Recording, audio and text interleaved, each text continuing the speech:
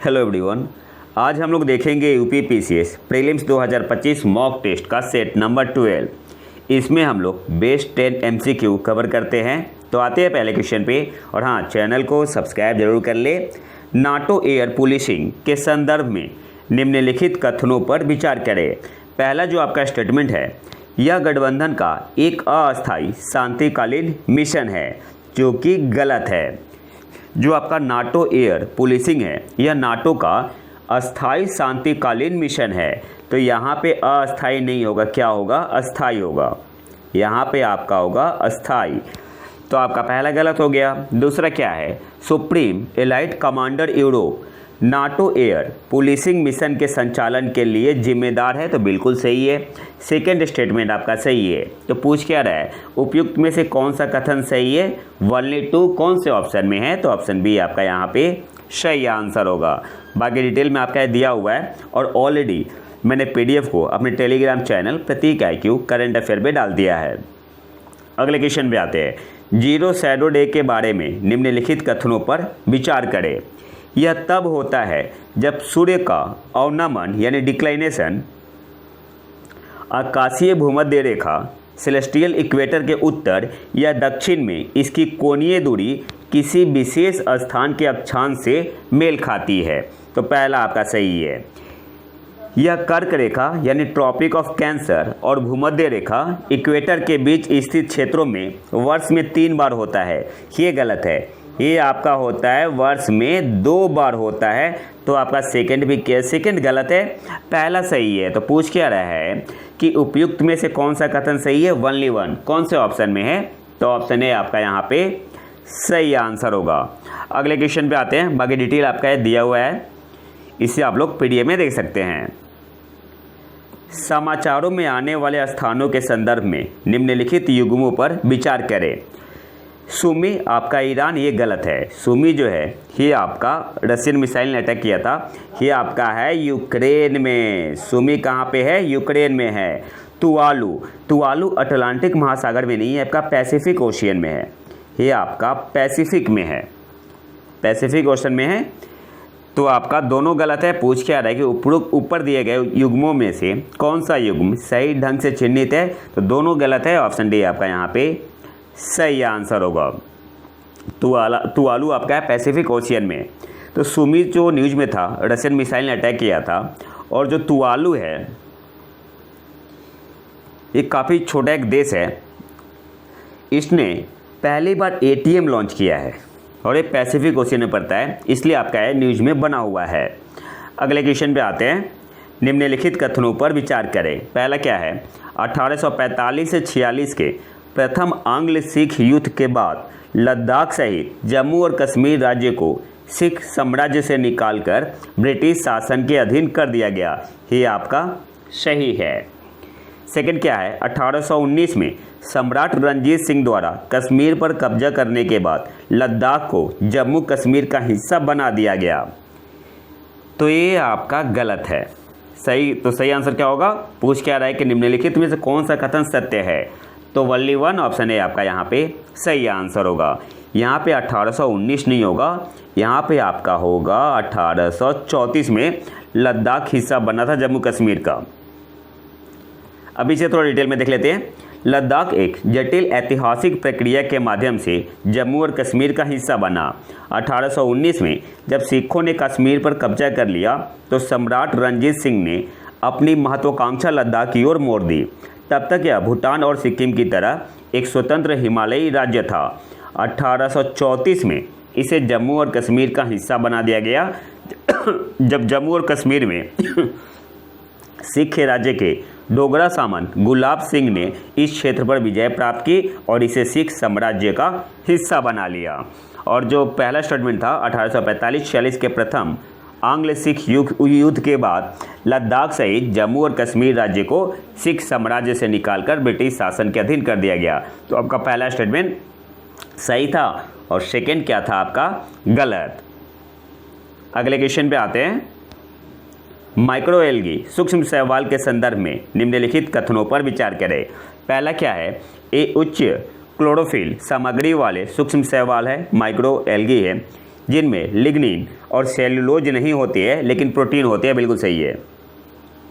वे मुख्य रूप से फ्रेश वाटर में पाए जाते हैं, सही है। इसका उपयोग औद्योगिक अपशिष्ट जल के उपचार के लिए किया जा सकता है, बिल्कुल सही है।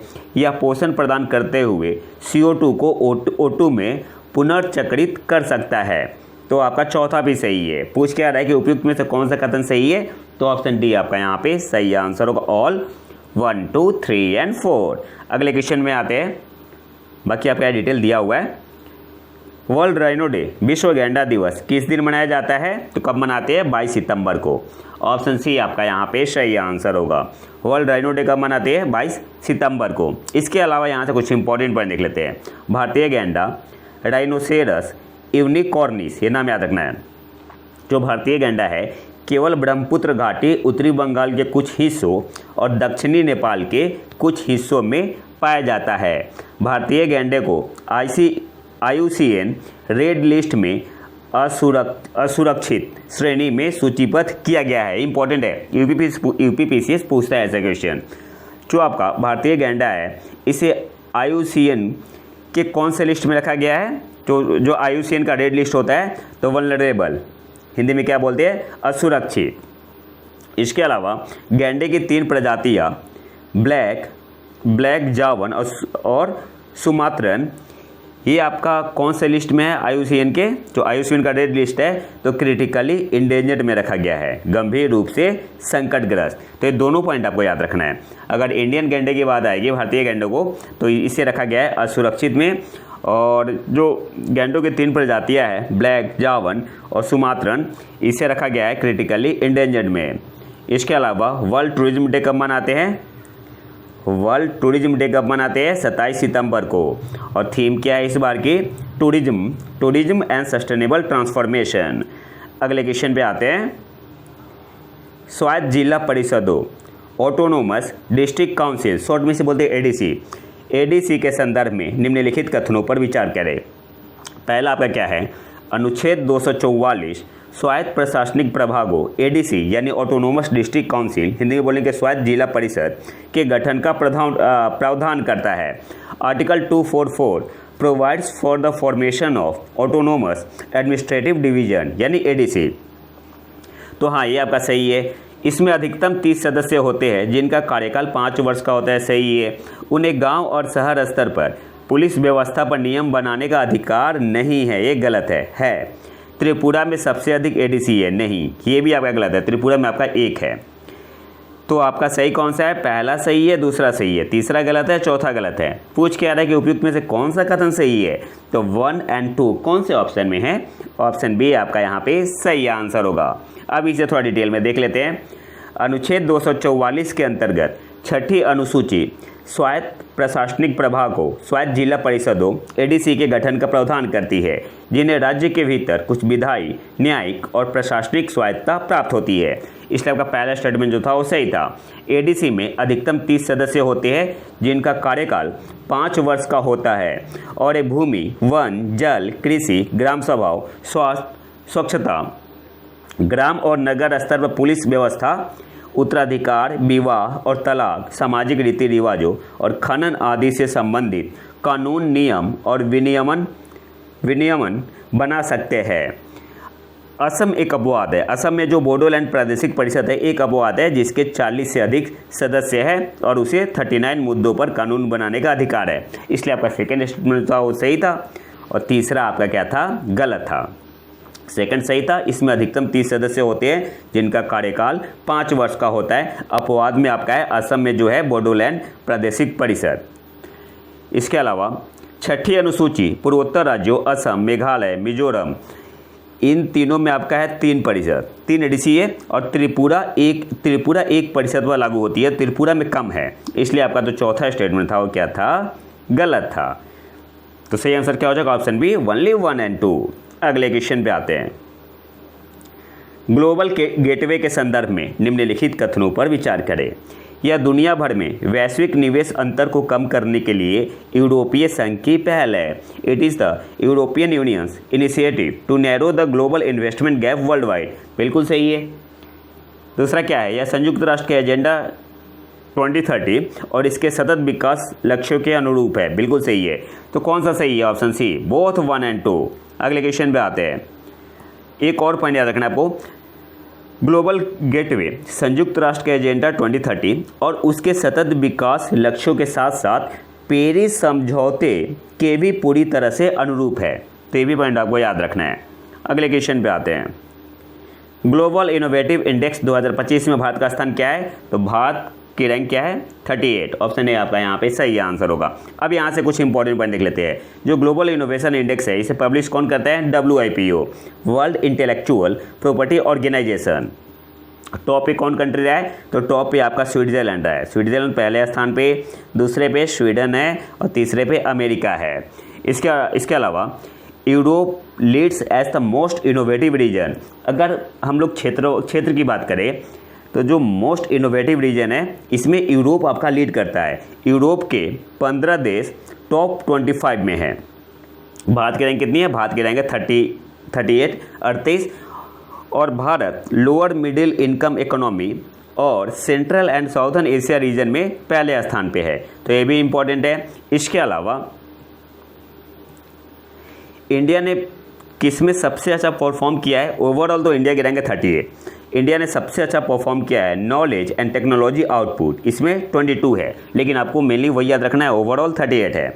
नॉलेज एंड टेक्नोलॉजी आउटपुट में 22 है। मार्केट सोफिस्टिकेशन में 38 है। और सबसे खराब परफॉर्मेंस किस में रहा है? Its weakest ranking are in business sophistication 64 है। इंफ्रास्ट्रक्चर में 61 है और इंस्टीट्यूशन में 58 है। तो बढ़िया परफॉर्मेंस किस में है? नॉलेज एंड टेक्नोलॉजी आउटपुट में और मार्केट सोफिस्टिकेशन में। और खराब किस में है? Business sophistication, infrastructure and institution. आखिरी क्वेश्चन पे आते हैं। निम्नलिखित कथनों पर विचार करें। इस वर्ष की पहली छमाही में भारत के बिजली क्षेत्र से कार्बन डाइऑक्साइड उत्सर्जन में पिछले वर्ष की इसी अवधि के तुलना में वृद्धि देखी गई है। नहीं, ये गलत है। यहाँ पे वृद्धि नहीं होगा, मामूली गिरावट हुई है। मामूली गिरावट हुई है। तो पहला गलत हो गया। दूसरा क्या है? भारत के ग्रीन हाउस गैस उत्सर्जन में बिजली क्षेत्र का सबसे बड़ा योगदान है। बिल्कुल सही है। तो कौन सा सही है? Option B, 1/2। इसे थोड़ी डिटेल में देख लेते हैं। एक नए विश्लेषण से पता चलता है कि दीर्घकालिक प्रवृत्ति को तोड़ते हुए इस वर्ष की पहली छमाही में भारत के बिजली क्षेत्र से कार्बन डाइऑक्साइड उत्सर्जन में पिछले वर्ष की इसी अवधि की तुलना में मामूली गिरावट देखी गई है, जो कि अच्छी बात है। इसलिए आपका पहला स्टेटमेंट जो था वो गलत हो गया। यह महत्वपूर्ण है क्योंकि भारत के ग्रीन हाउस गैस उत्सर्जन में बिजली क्षेत्र का सबसे बड़ा योगदान है, जो देश के वार्षिक उत्सर्जन का लगभग 40% है। दुनिया में तीसरे सबसे बड़े उत्सर्जन क्षेत्र भारत का उत्सर्जन पिछले कुछ वर्षों में अपनी बढ़ती अर्थव्यवस्था के साथ लगातार बढ़ रहा है और यह पहली बार है कि क्षेत्रीय स्तर पर भी इसमें गिरावट देखी गई है। इसलिए आपका जो सेकंड स्टेटमेंट था वो आपका सही था। तो ये तो था हमारा आज का लेक्चर। अगर आपको इसका PDF चाहिए तो आप हमारे टेलीग्राम चैनल प्रतीक IQ करंट अफेयर को ज्वाइन कर सकते हैं। और अगर वीडियो पसंद आए तो लाइक करें और चैनल को सब्सक्राइब जरूर कर लें। मिलते हैं नए वीडियो में नए टॉपिक के साथ। तब तक के लिए नमस्कार, जय हिंद।